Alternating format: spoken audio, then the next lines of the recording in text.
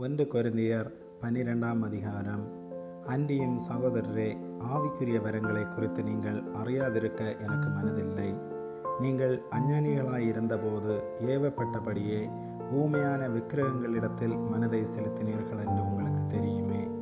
ஆதலால் தேவனுடைய ஆவியினாலே பேசுகிற எவனும் இயேசுவை சபிக்கப்பட்டவன் என்று சொல்ல மாட்டான் என்றும், பரிசுத்த ஆவியினாலே அன்றி இயேசுவை கர்த்தர் என்று ஒருவனும் சொல்லக்கூடாதென்றும் உங்களுக்கு தெரிவிக்கிறேன். வரங்களில் வித்தியாசங்கள் உண்டு, ஆவியானவர் ஒருவரே. ஊழியங்களிலேயும் வித்தியாசங்கள் உண்டு, கர்த்தர் ஒருவரே. கிரியைகளிலேயும் வித்தியாசங்கள் உண்டு, எல்லாருக்குள்ளும் எல்லாவற்றையும் நடப்பிக்கிற தேவன் ஒருவரே. ஆவியினுடைய அனுக்கிரகம் அவனவனுடைய பிரயோஜனத்திற்கென்று அளிக்கப்பட்டிருக்கிறது. எப்படியெனில், ஒருவனுக்கு ஆவியினாலே ஞானத்தை போதிக்கும் வசனமும், வேறொருவனுக்கு அந்த ஆவியினாலேயே அறிவை உணர்த்தும் வசனமும், வேறொருவனுக்கு அந்த ஆவியினாலே விசுவாசமும், வேறொருவனுக்கு அந்த ஆவியினாலே குணமாக்கும் வரங்களும், வேறொருவனுக்கு அற்புதங்களை செய்யும் சக்தியும், வேறொருவனுக்கு தீர்க்க தரிசனம் உரைத்தலும், வேறொருவனுக்கு ஆவிகளை பகுத்தறிதலும், வேறொருவனுக்கு பற்பல பாசைகளை பேசுதலும், வேறொருவனுக்கு பாசைகளை வியாக்கியானம் பண்ணுதலும் அளிக்கப்படுகிறது. இவைகளை எல்லாம் அந்த ஒரே ஆவியானவர் நடப்பித்து தமது சித்தத்தின்படியே அவனவனுக்கு பகிர்ந்து கொடுக்கிறார். எப்படியெனில், சரீரம் ஒன்று, அதற்கு அவயங்கள் அநேகம். ஒரே சரீரத்தின் அவயங்களெல்லாம் அநேகமாயிருந்தும் சரீரம் ஒன்றாகவே இருக்கிறது. அந்த பிரகாரமாக கிறிஸ்துவும் இருக்கிறார். நாம் யூதராயினும் கிரேக்கராயினும் அடிமைகளாயினும் சுயாதீனராயினும் எல்லாரும் ஒரே ஆவியினாலே ஒரே சரீரத்திற்குள்ளாக ஞானஸ்நானம் பண்ணப்பட்டு எல்லாரும் ஒரே ஆவிக்குள்ளாகவே தாகம் தீர்க்கப்பட்டோம். சரீரமும் ஒரே அவயமாயிராமல் அநேக அவயங்களாயிருக்கிறது.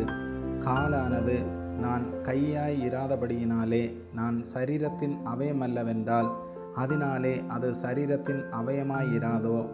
காதானது நான் கண்ணாயிராதபடியினாலே நான் சரீரத்தின் அவயமல்லவென்றால் அதனாலே அது சரீரத்தின் அவயமாயிராதோ? சரீரம் முழுவதும் கண்ணானால் செவி எங்கே? அது முழுவதும் செவியானால் மோப்பம் எங்கே? தேவன் தமது சித்தத்தின்படி அவயங்கள் ஒவ்வொன்றையும் சரீரத்திலே வைத்தார். அவையெல்லாம் ஒரே அவயமாயிருந்தால் சரீரம் எங்கே? அவயங்கள் அநேகமாயிருந்தும் சரீரம் ஒன்றே. கண்ணானது கையை பார்த்து நீ எனக்கு வேண்டுவதில்லை என்றும், தலையானது கால்களை நோக்கி நீங்கள் எனக்கு வேண்டுவதில்லை என்றும் சொல்லக்கூடாது.